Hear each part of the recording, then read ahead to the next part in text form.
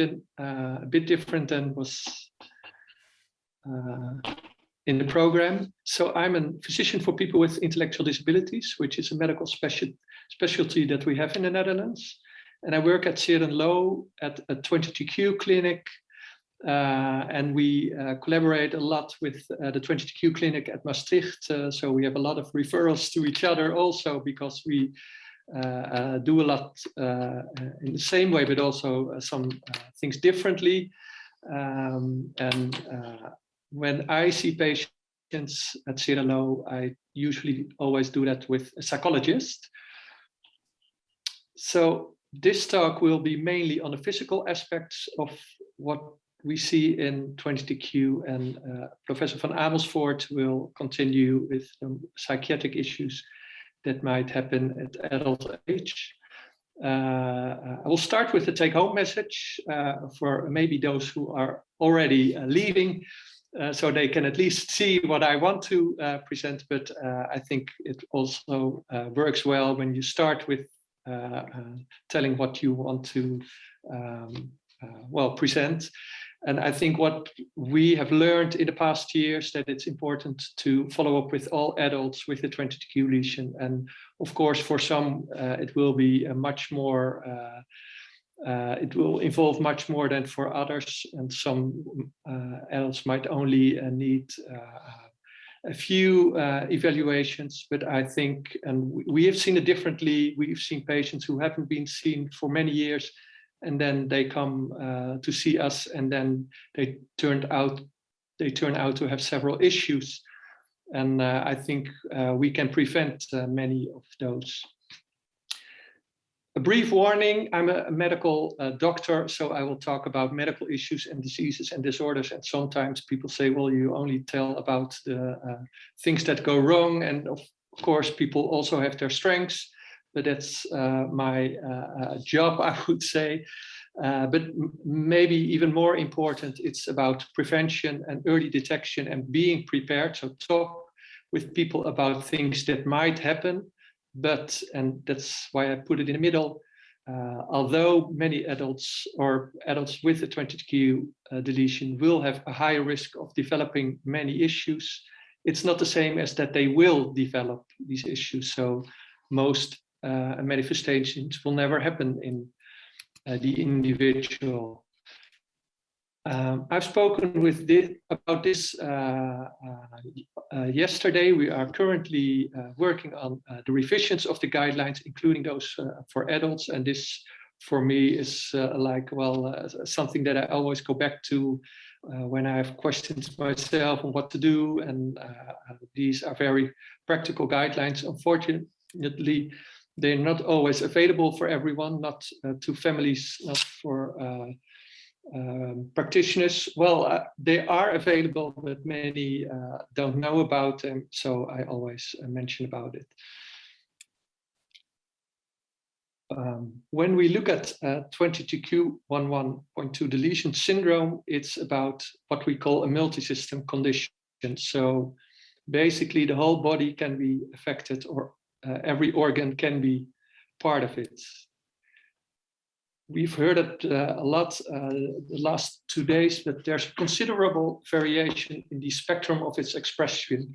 So some individuals might face a lot of manifestations, while others might only maybe have 1 or 2.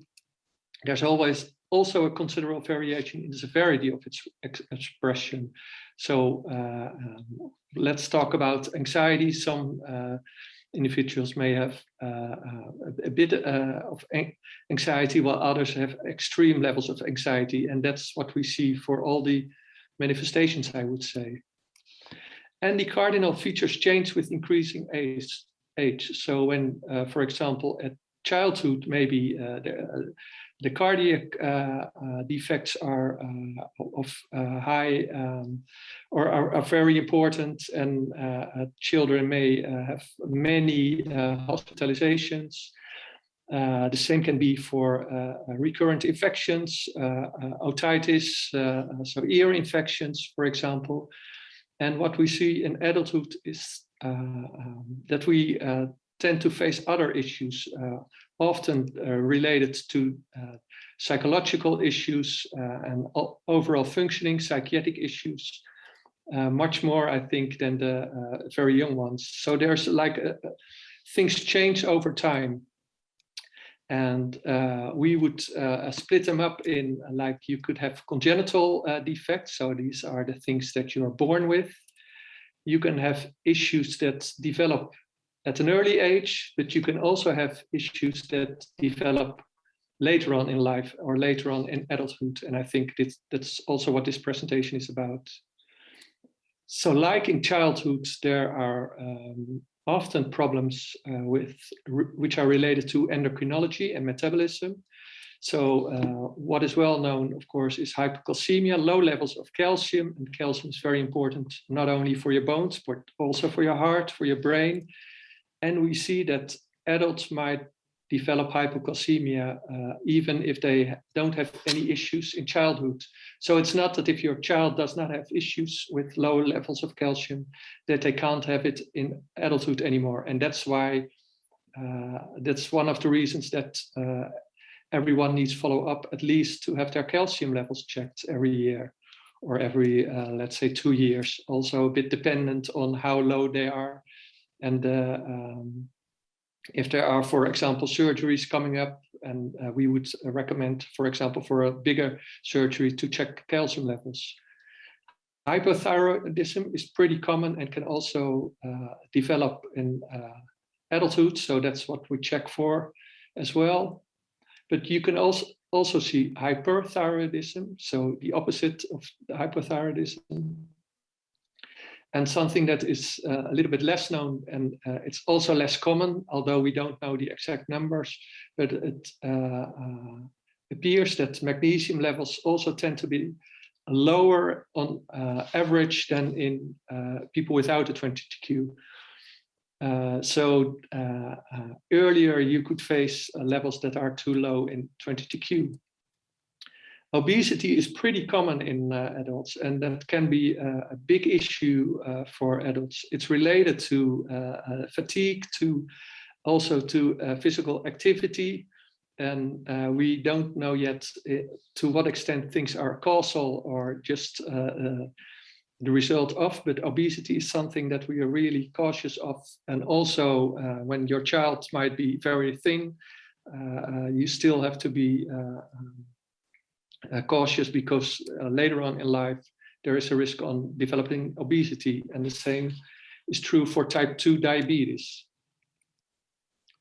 So what would we recommend, or what would we do? We would do the regular blood work, or periodic blood work, maybe I should say.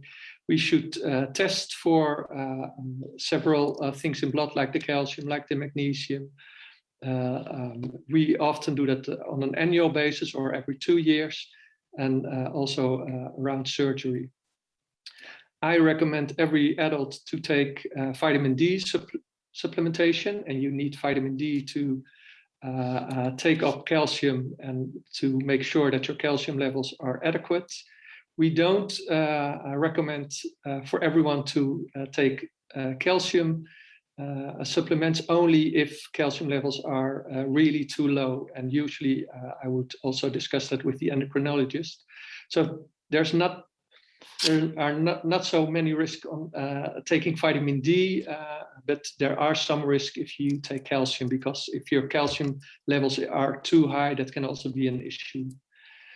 We would make dietary recommendations, and of course, like for everyone, but certainly for someone with 22q, physical exercise is very important.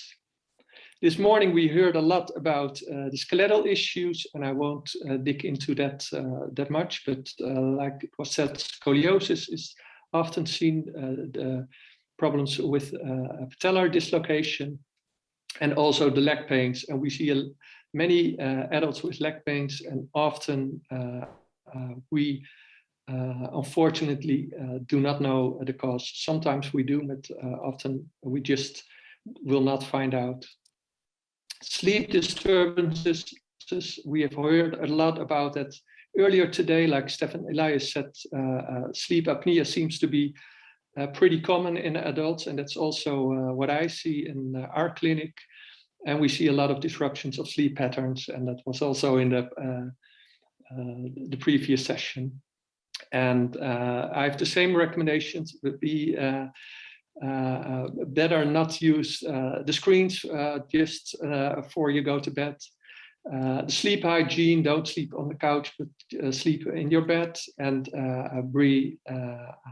don't use caffeine, and that's so that's in coffee, but also in caffeine or cola, for example. Don't drink too much caffeine, and it looks like people with 22q are a bit more vulnerable to the side effects of caffeine, so like shakiness or getting anxious or irritable. So I think that's an extra reason to limit the caffeine intake. We have also learned in the past years that some neurological issues tend to be more common than in other adults. For example, seizures, and these are often related to the calcium levels, not always, and sometimes you also see epilepsy. And if you compare it with the general population, it's like pretty, there's a much more increased in 22q, but if you look just in 22q, then it's about 4% of the adults who have the diagnosis of epilepsy. Seizures are more common, but then often as a result, for example, of the calcium levels. Another thing, and in my next slide, I will tell a little bit more about that, is that we see that some patients will develop Parkinsonism or even Parkinson's disease, and also some other movement issues. And I think we've heard about the shakiness some more these 2 days. And there are some other movement, well, you could also say abnormalities. Sometimes we just don't know what exactly is going on, but these are certainly more common than in other adults. I've done some research in the past years on what we call Parkinsonism, and Parkinsonism is when it tells, or it's a word that explains what you see in clinic, and when you see the same symptoms as what we see in Parkinson's disease, without knowing the exact cause. So, for example, one of the core features of Parkinsonism is bradykinesia, or what we would say is more like slowness of movements. Another thing is rigidity. It's more like stiffness of muscles, and rest tremor, and it's a kind of shakiness that someone might have. And when you have bradykinesia in combination with either rigidity and or rest tremor, you would talk about Parkinsonism. It's not the same as Parkinson's disease. So Parkinsonism may be caused by different reasons, and one of the causes is Parkinson's disease.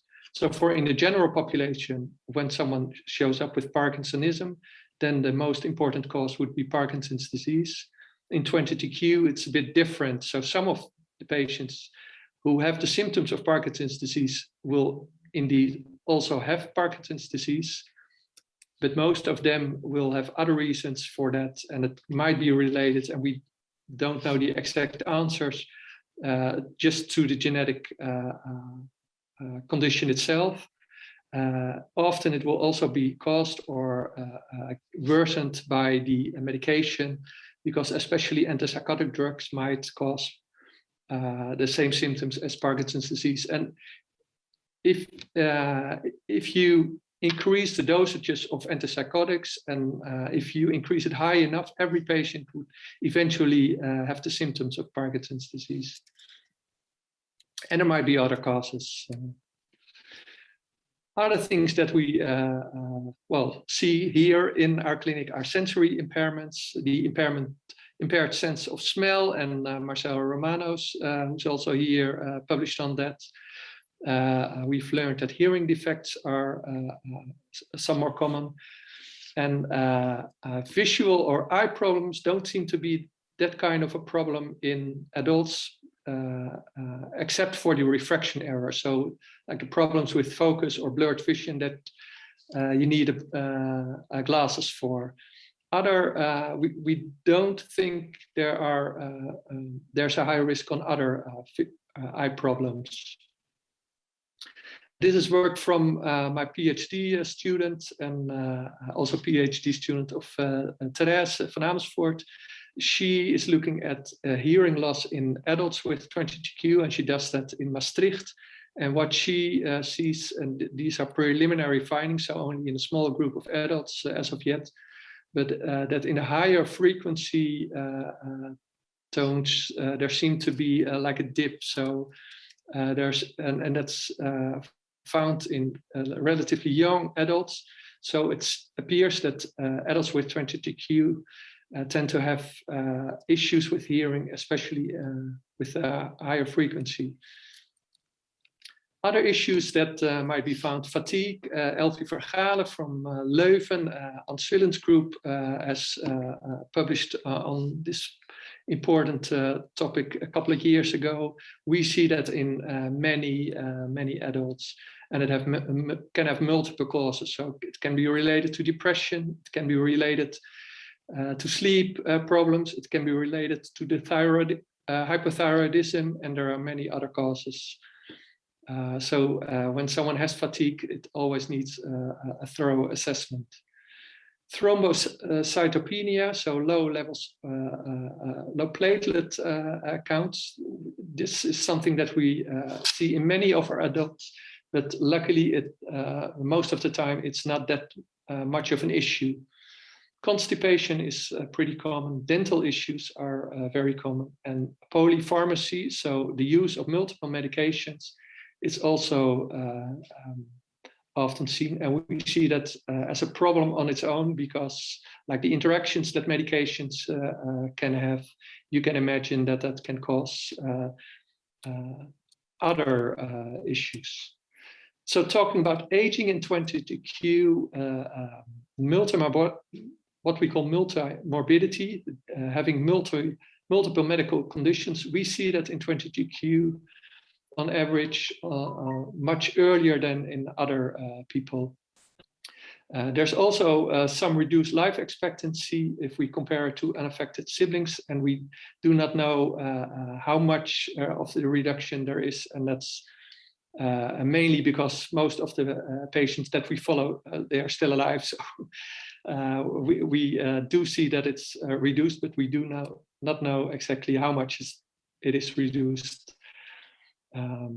Aging, well, typically age-related conditions are hearing loss, are obesity, are type 2 diabetes, and are Parkinsonism, and that are things that we all see in our 22q adults. So we think that aging is a bit earlier in adults with the 22q deletion. So what can we do? Key ingredients of effective management are, I think the goal must always be to optimize lifetime health and functioning. Preventative care is, I think, one of the main, and that's also what I started with, but that's what we try to do. Try to prevent someone to get or to get obese, or try to keep the calcium levels high enough. And for all, I think I can say for all or almost all the individual manifestations, we would recommend standard treatment. So if someone goes to a cardiologist or a psychiatrist, or we would usually take the standard treatment. But having said that, there are no one-fits-all solutions, so that you always have to take all the other things into account. And it can be pretty difficult in someone with 22q, because there may be so many other issues. One of the key ingredients is the involvement of families and other caregivers, and we always try to do that and form a team. It's not just the doctors who tell what should happen, or it's something that we always discuss with the individual, him or herself, the families and the other caregivers. And it's like we make decisions together. And it's about seeing the person. So it's not just think, oh, it's this condition, it's this disorder or this disease. So it needs that treatment. Now we would recommend to talk with the person, see and hear who he is and what he thinks is important, with a focus on overall function. But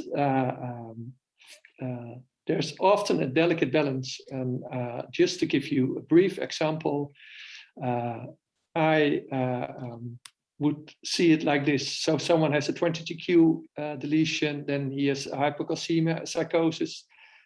He or she might have obesity and might not be compliant with medications.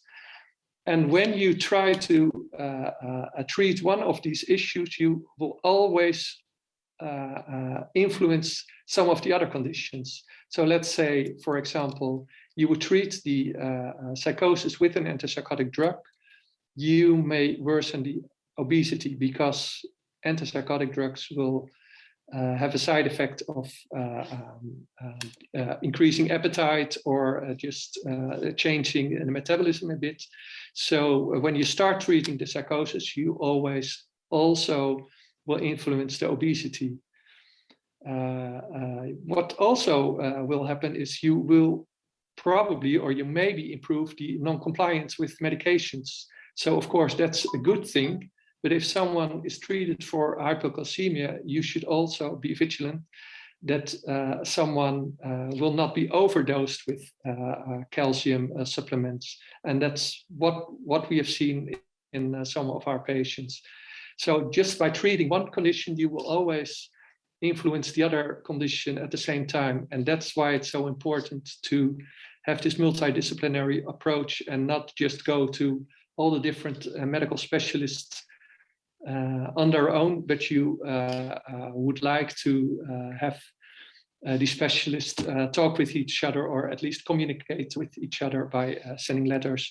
Sometimes it's also just for me, like discuss with the specialist, what if I give this medication? Are you okay with that? Or is that an issue for your specialty? So again, the take-home message, and I think I showed that with the slides, that I think that all adults with the 22q will need follow-up for the recognition, evaluation, surveillance, management, and counseling of possible chronic diseases that may occur. And I think there's not time for questions now, but we will follow up first with Professor.